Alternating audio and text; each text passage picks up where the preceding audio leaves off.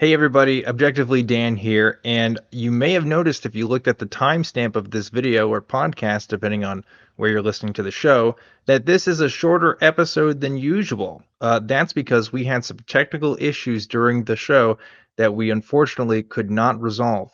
Usually, when we have technical issues, if a host is having trouble connecting or a guest is having trouble connecting, we do have a backup host, but our backup host was also having some issues. It seemed to be something related to the software that we use to make the show. But rather than not post something this week, we opted to get the good parts of tonight's show and give it to you today. Unfortunately, we did start having these issues towards the end of our first call. So, what you're about to hear is pretty much just going to be the first section of the show where I interview our guest. Our guest is the Nordic Black. And we have invited him to come back on the show in the future as well, so he can have a full-fledged episode. So hopefully we'll be able to talk to Robert again soon in the future. But for now, we wanted to give you this. So please enjoy tonight's shortened episode. And yeah, have fun. Hey, everybody. Here's a quote from Andrew Tate. I think the women belong to the man. You can't be responsible for something that doesn't listen to you. You can't be responsible for a dog if it doesn't obey you, or a child if it doesn't obey you, or a woman that doesn't obey you. If you think that's fucked up, because I do, you should call in and tell about it on Truth Wanted, the live call-in show that's starting right now.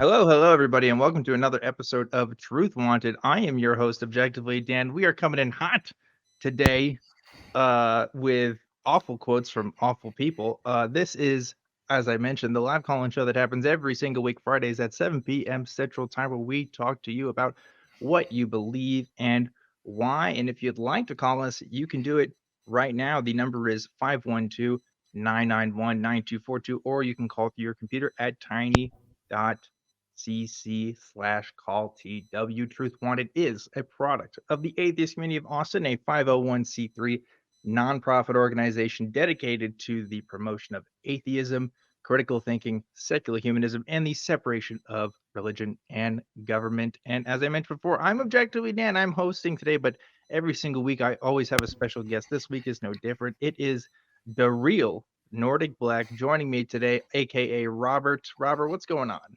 Man, everything is good. It's all good. I appreciate the invite, ACA and Truth Wanted. Yeah, everything. Everything is Yeah, good. I'm glad to be happy. here. I'm excited to be here. I'm happy that you're here today too, and we're going to jump into the show today. But before we do, Robert, we have our question of the week, the thing that we're doing every single week where we talk to you guys, the audience. You give your answers in the comment section below, and we read the top three favorite ones. So, of course, while I'm gone, you guys have to ask the greatest of questions here. Last week they asked, "What did the caller say to make Objectively Dan look like this?" It's a great picture of me on the Right. screen. You don't have The your ones, glasses. yeah, absolutely flattering picture of me. If anything, sorry, audio listeners at home, you're gonna have to look this one up on YouTube to see this one of me. But yep, that's me on there. So I'm curious to see what you guys said. Uh, that somebody had to say to make me make that face. So we're gonna go to our number three answer first. We have Stephen Jackson, who says Dan was told he looks nothing like his thumbnail happy face drawing, and that's kind of sad. I think my thumbnail, I've been using that cartoon avatar Uh-huh. since I don't know 4 or 5 years now. I like it. I think it's great. Right, right. But I think I look like it though. I think that's different. A lot of people don't look like their cartoon versions of themselves, and I think I do. I can So see the resemblance. Yeah, I yeah. I think so. I That's appreciate that. per Number two though is from Phil Armstrong, who says Dan had just been told that although UFOs aren't real, professional wrestling is. And man, how crazy. How crazy would that be? That would mean that like the Undertaker like literally came back from the dead, Right. and I would just have to stop being an atheist or something. I got to figure that out. You know what I mean? Like No, no. where did he come from? you know? But yeah, professional. I'm wrestling. I'm glad I'm old enough now that that wouldn't break my heart. You know, I remember when I was younger and I found out it wasn't real, and I was like, oh my god, yeah, Yeah, all I those don't know. WrestleManias. It was always confusing to me, I guess, knowing that Mm, people thought it was real. To me, right. it always seemed staged, but it's one of those things where it's like, yeah, I thought this was bullshit, but I also believe that a Jewish man rose from the dead 2,000 years ago. So, a lot of different things Right. you could believe. But number one answer this week is coming from Chuck Gatos, who says Dan's personal psychic had just called to cancel his next session due to unforeseen circumstances, which is a classic but a goodie. Very funny answers, guys. I appreciate all the fun comments this week. So thank you so much for giving your comments.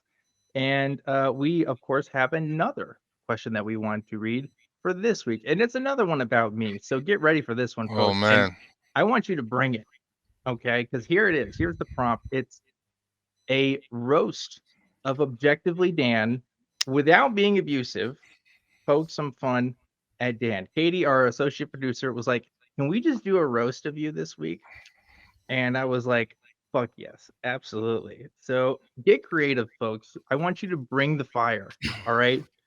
Roast me in the comment section. The best three roasts will be read next week. And I will be hosting next week. So I will get to read them myself. So bring the heat in. Now, Robert, usually this is when I ask my co-host of the day what they think about the prompt. This one is very interesting. Can you Right. give a roast for me, Robert? Well, I can. Hopefully, I can do two in one. I I can also mention how you look to me on how astonished you look. You look like you saw a squirrel baptizing a nut. A squirrel baptizing a Right. nut? It looked like you just seen a squirrel baptizing a nut when I saw your picture. That's That's what it fucking kind of funny. appeared to What me. the fuck? I did not expect that. That was good. Well, all right. Well, thank you, Robert. I appreciate that. And now it's time for us to move on with the show and talk to you, Robert. You are known as the real Nordic Black Right, right, right, online. right, You are right. a YouTuber, and Hmm. tell us more about yourself. Who are you? Yeah, my name is Robert. My internet handle is the Real Nordic Black. I kind of try to mix a little hip hop with also the place that I'm residing in. I'm an African American. Obviously, I live in Oslo, Norway. Um, I started a YouTube channel not too long ago where I talk to historians, Egyptologists, atheists, social activists, and things like that. I've started when I was trying to question, when I tried to investigate on why, how racism started, why people were called and when were people called black and the N word and all these sort of things, and looked into proto racism and all these things, and also comparative religion. I've always been into that. Mm, I grew up. I am an atheist. I grew up non-denominational Christian as well as Catholic growing up. My mother was raised Catholic through her father. My grandfather is a staunch, he's a diehard Catholic. So I grew up both. So the summers I spent with my grandfather, I took catechism and all these things like that. And then my mother, when she obviously left the house and got married and had me and my brother, she kind of didn't agree to a lot of the things in Catholicism, and so, but she still was a Christian, mm. and a devout Christian, and but she, without all the labels, she, non-denominational church, kind of like the TD Jakes thing in the Gotcha, Potter gotcha. House in Texas. You definitely would know about that. You being in Texas, Yeah, the yeah, Potter's house. definitely. And Yeah, and yeah. whereabouts? Because you were in the United States at this Yeah, time. You now live Oklahoma. in Norway, but you grew up in the U.S. Yeah, well, that's a good question. I was born in Fort Sill, Oklahoma, military army base in Oklahoma. Yeah. Okay. That is about the border of Texas, and military brat growing up, Yeah. basically. So after, like, very shortly after I was born in Oklahoma, my father was stationed in Germany. So then Mm. I pretty much lived in Germany for about 9 years. Oh, I have wow. a yeah, I have one sibling, younger brother, who's only a year and a half, and he was born in Germany. And then after that stint, we came back to the States, lived in Fort Lewis, around Seattle, Tacoma area, and Fort Polk, Louisiana, around that area. Mm. So yeah, my father was in the army. He retired from the army. We went back to Oklahoma, where my mother family resided. My mother's father was in the army as well, and he's from originally from New Orleans, and so Mm. that's why the Catholicism, because there's one of the highest black Yes. populations of in Catholicism in Louisiana. So he actually went to an all black Catholic school when he Mm. was growing up. So that's how I got into So a that. different mix of theologies there from Absolutely, mom and absolutely, dad.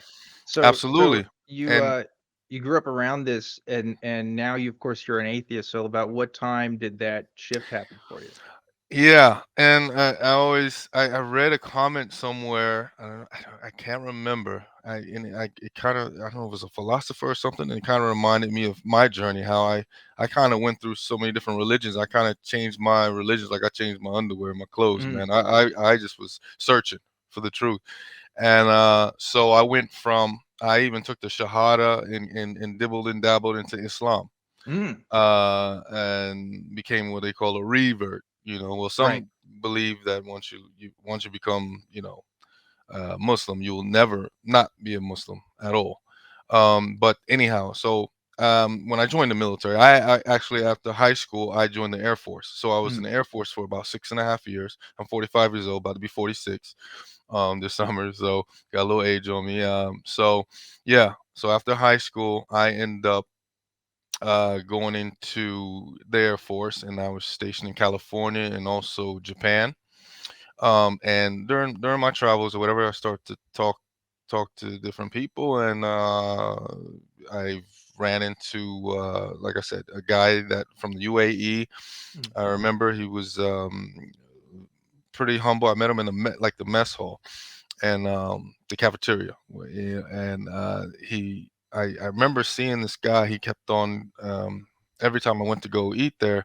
I didn't know him from Adam, but I remember this one particular character. This guy, he used to always seem so quiet and so, he had this confidence about him, this energy, this peaceful energy, or whatnot.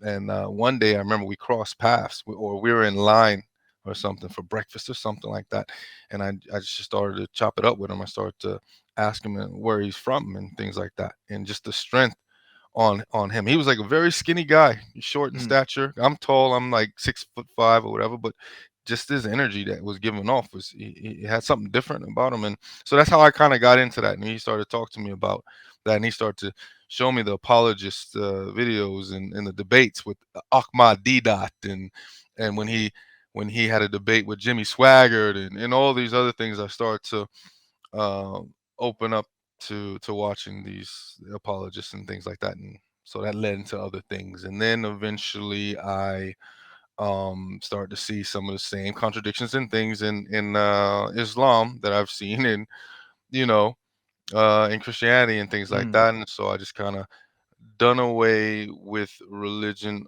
altogether and Yeah. started to get into what I really liked always, history, anthropology, and I like religion, but I like more of I don't know, the history side of So things. what age would you say you were that when you finally were able to say out loud, "I'm an atheist"? Oof. Good question. I would say probably early 30s. Early 30s. Okay. Yeah, and like So it started to raise, my voice started to raise, more and more, because, I have, like I said, I have surrounded by family that are like devout Christians, and I grew up in the choir. I was in the choir. I even had a little sermon when I was 11 years old. mm. I was, and at the same in the non-denominational side of things. At the same time, my grandfather wanted me and my brother to become a priest, at some point, and so it Yeah. was, yeah, yeah. So I asked this question because so recently, the ACA got an email from the Austin American Statesman, which is a newspaper here in Austin, and they wanted to get somebody who was Gen Z or millennial take on religion, basically, because they were writing a Hmm. piece. And I responded because like I call myself a zillennial. I've said this on the show before. I'm like right in the middle between the two. So I Gotcha. was doing some research in prep for this interview. Turns out they just asked me like 4 or 5 questions on a Zoom call, and then they pieced out. Like I did way too much research for it. But I found this out. This is interesting. Right. More than half of people's experiences when they change their religion, this is true for Gen Z, this is true for millennials, Gen X, and boomers.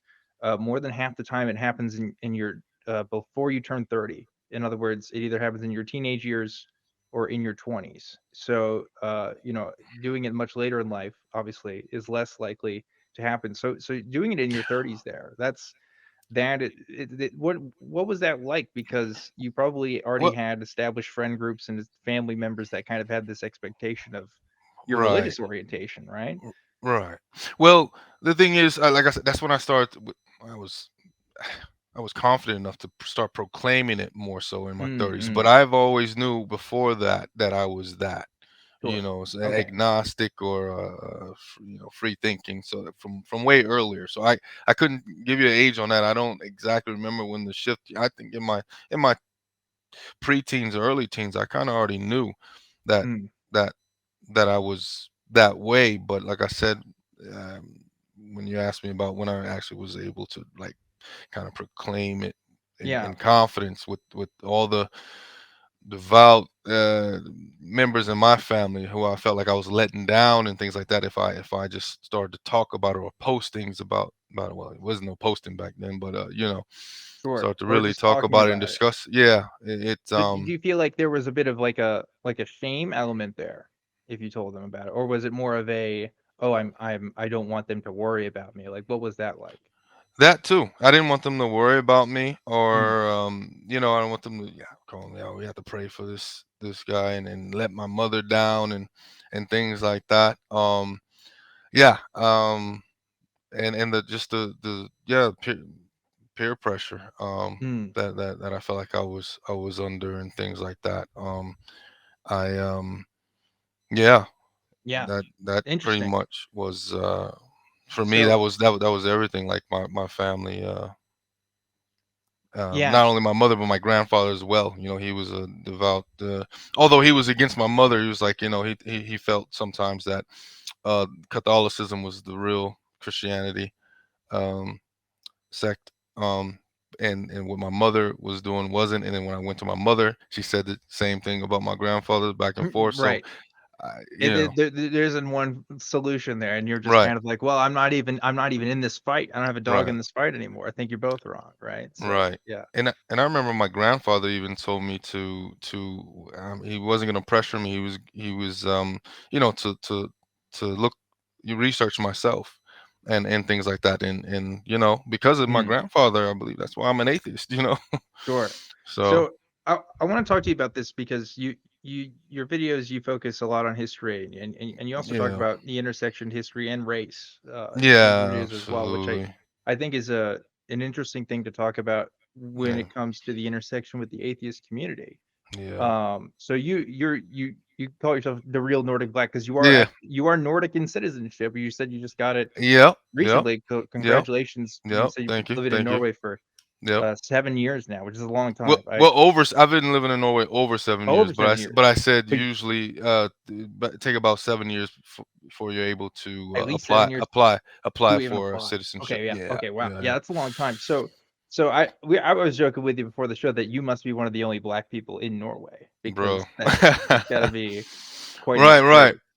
But no, Um, I can't say that because there'll be some people that get mad at me and say no, we're here. But yeah, of course, but of but yeah, course. it's definitely in low numbers. Yeah, but The percentage is very w- low. Yeah. what I wanted to talk to you about though was this idea of what it means to be black in the atheist community, specifically in like a Mm, post-Christian context, right? Because I think there's an interesting discussion to be had there about the perspectives that I've heard from other Black atheists. I mean, I think in recent times, it's Right. been much better for all involved, right?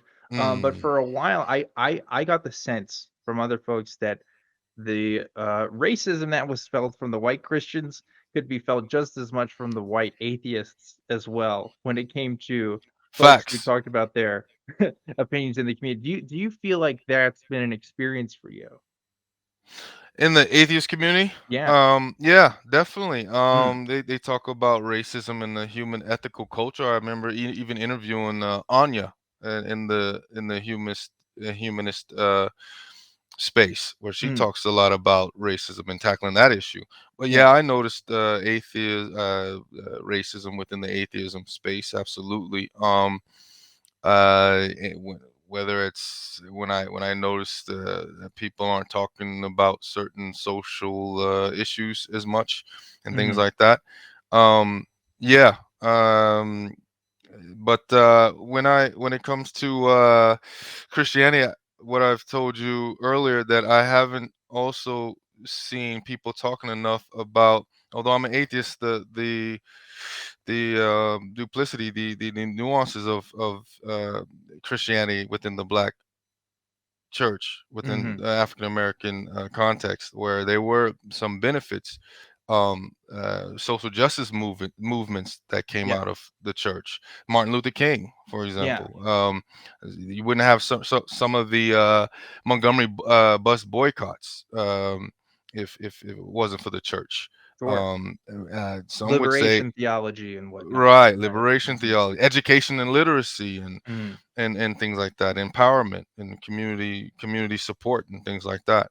Although there were the challenges and things like that. So you know, and it's a double-edged sword. And but like I said, and we had free thinking back then. And critical thinkers like Frederick Douglass Sure. or Zora Neale Hurston, David Walker, and people like that. Mhm. So we at the same time, you've as a history shown. In fact, the book I have right around here, I'm sure your people, Mandisa Thomas, promotes this a lot, and I do too. Christopher Cameron, that Mhm. he talks about a lot of the Black free thinkers and the history of African American secularism and things like that. Yeah, I don't know if I got confused with the question. I don't know if No, you asked no. me just the about racism within the Yeah, atheism space, or in your space, yeah, you've been an atheist now for about, I think, 15 years if my math is right, right? yeah, Something yeah, yeah, around those yep, lines. yeah, yeah, So, around that line. I Yeah. imagine you've probably seen some change, or maybe maybe you feel it's the same. I mean, do you feel welcome in most spaces in the atheist community? Have there been times where Well, you felt like your perspective's been hindered because of your racial background? mm, that's a good question. I never really tried to reach out, to be honest, to Mm, so many. So most of my experiences are of kind of recent times, within the last 3 or 4 years, probably, mhm, because back then I've never really tried to find other Black atheists per se. mm, I've mm, never, I've never really reached out to those. I never really thought about it. Never came, on my mind. I was busy with life, and I wasn't at that point yet. But like I said, now about 2, 3, 4 years ago, I started to get into contact with other atheists and things like that, and other people that, like I mentioned to you before off the air, I started to look into the so-called conscious movement, conscious community yeah, in America, and like where they brought up a lot of scholars, pseudo scholars, and other people, street apologists, and things like that from different backgrounds, and love to listen to their engagements, from the Hebrew Israelites to the Moorish temple to the, it'd be anybody on there, and I love getting their viewpoints and listening to them. Yeah, and then I just started to look into the more wider mainstream uh white space, I mm, guess, if you will, and kind of listen to some of those platforms like yeah, this one right here, sure, ACA, yeah, and other platforms and things like that, and just kind of started listening to what they say, and started to notice certain things. Say, man, there's not that many, people of color that I've noticed or that I've seen. Yeah. Um, In your opinion, why do you think that is? um, hmm.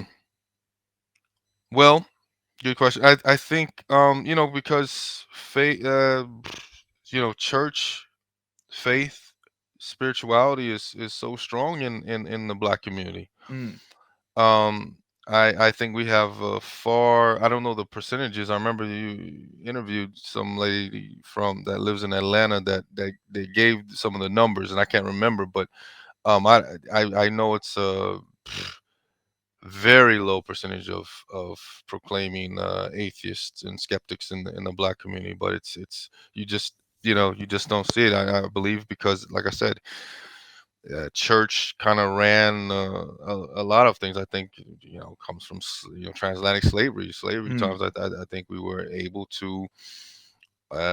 Only times we were able to get off the fields was during Sundays and things like that. And so mm, mm. we, you know, it all comes and develops from that a lot. And um, yeah, Sort of a Christianity uh, being tied in the identity of the African American community. yeah, and then being able Mm, to relate to certain characters like Moses and things like that. Like I said, mm, coming from the transatlantic, slave trade and slavery right. times, them to relate to certain characters like Moses is a really good one. Yeah, Going, narratives that like talk yeah, about slavery in particular in the absolutely, Bible yeah, being mm, parallels to right, African American slave right, life in some way. absolutely, Yeah. absolutely, Yeah. yeah.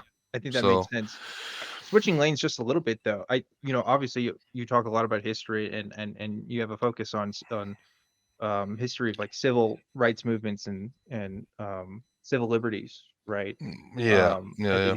it's something that you've talked about. So what I'm curious to know is, uh, in the atheist space, something that I think I see in comment sections a lot with what we talk about is we talk a lot about social justice issues, right? Yeah, you guys do. Yeah, It, yeah. it, it happens a lot, and I don't even mean ACA shows. Even I just mean if you look at content creators who are interested in the kinds of religious topics that we talk about, eventually social justice issues do come up.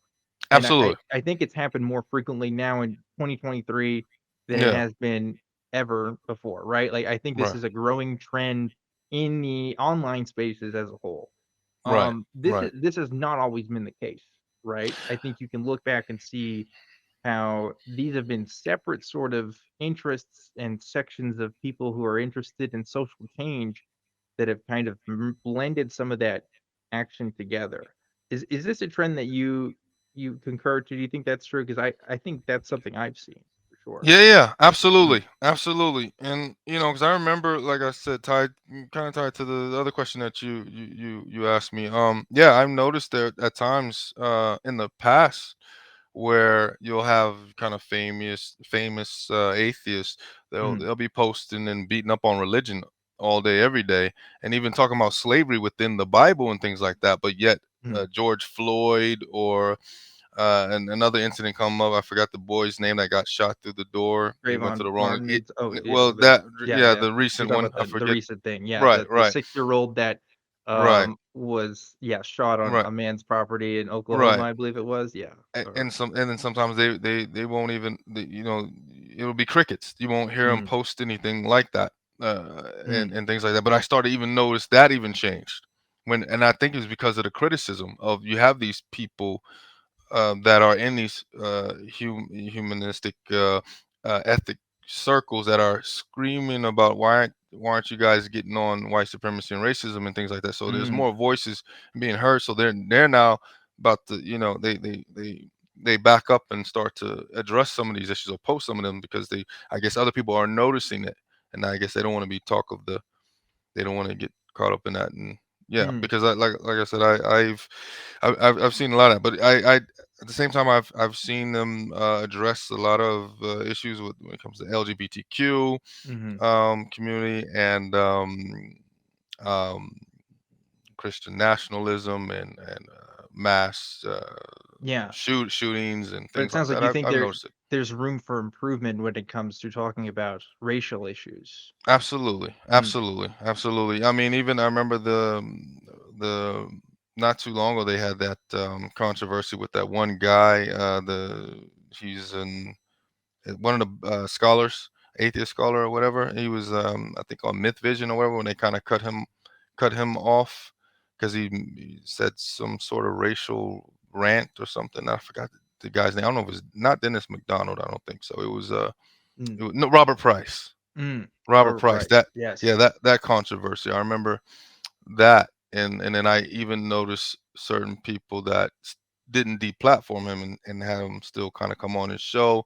Mm, And then when it became unpopular, they finally decided to platform him. And then at the same time, when I looked into it, it's like that's crazy, mm, how how Robert Price got caught up into that. And then because the first when I did a little bit of research, I found out the first person that even gave you know received him on a podcast was a black guy, mm, mm, and that was by his own admission on his own YouTube channel. mm. He said it himself. It was his first Yeah, to pod. be honest, I I totally thought it was a forgot little weird. that Yeah, even happened until you just yeah, brought it up right now. yeah, I forgot that that was even a thing that happened. But yeah, yeah, that yeah. was a thing. And And I see the response. Yeah. in your perspective, and this might be the last question I ask. We'll see, folks. We want to talk to you. We got a couple callers on the line, but we definitely have some open lines. So come and talk to us as we get to you in a bit. But I want to know because some say in the community that look, these issues about social justice don't actually belong in the space that we're trying to occupy. In other words, Hmm. atheism should be just talking about religious issues. That's it. This kind of other stuff isn't related and kind of is more about politics than it is about religion, right? That's kind of a sentiment that I've Mm, heard. mm. And what do you think about that perspective? Well, obviously, I disagree. Mm, I yeah. disagree. A lot of it, like, there's just so much intersectionality within Mm, all of it. So no, I just plain and simple. I total disagree about yeah. that. And I think it is. I mean, the religion was used for persecution and things like that. So, Mm, patriarchy, misogyny, and all kinds of things. It's is in the text and things like that. So sure. in the church as well, from sodomy and all kinds of stuff. Yeah. Child sexual And I'm predators and interviewing you here, but I think I happen to agree with you at least on that front, right? I think it's yeah, I'm here because I want to live in a better world, and part of absolutely, that means dismantling some of these systems that religion justifies. right, right, right, Maybe it wasn't the first to build it, but it right, definitely endorses it, right? absolutely, Some of the things that we have. absolutely, So I think that's part of some of the from larger issues here, right? And right, unfortunately, I think a lot of us don't always. I think the problem is, of course, other folks who talk about the stuff we do don't think about the religious parts of it. right, I think right, we're right, the right. ones who kind of think about it the most, which is why we Mm, do shows like this. But I don't know. That's my take. And folks, right about here is where we started having issues. As I said at the beginning, it was actually during our first call, but we want to kind of cut things off at a point where it makes sense. So thanks again to Robert for being on the show. We definitely want to have him back on again in the future. And thank you to everybody who got to participate in the shenanigans that was tonight's show. It was quite a pickle, but shout outs to the crew for working through all of the issues. As usual, we will continue the show next week and pretend like this never happened because it's a big headache on our end to kind of make this stuff work. But hey, it's a live show. Things happen and we move on. As for now, I'm Objectively Dan. Remember to always keep wanting the truth, and I'll see you next time.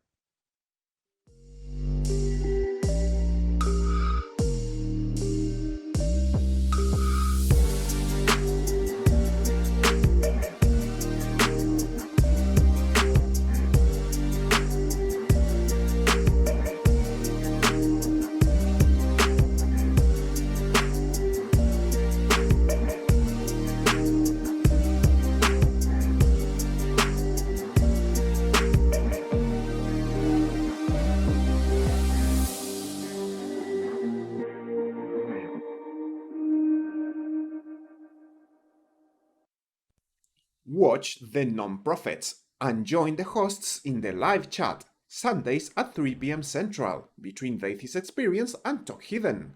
Visit tiny.cc/ytnp.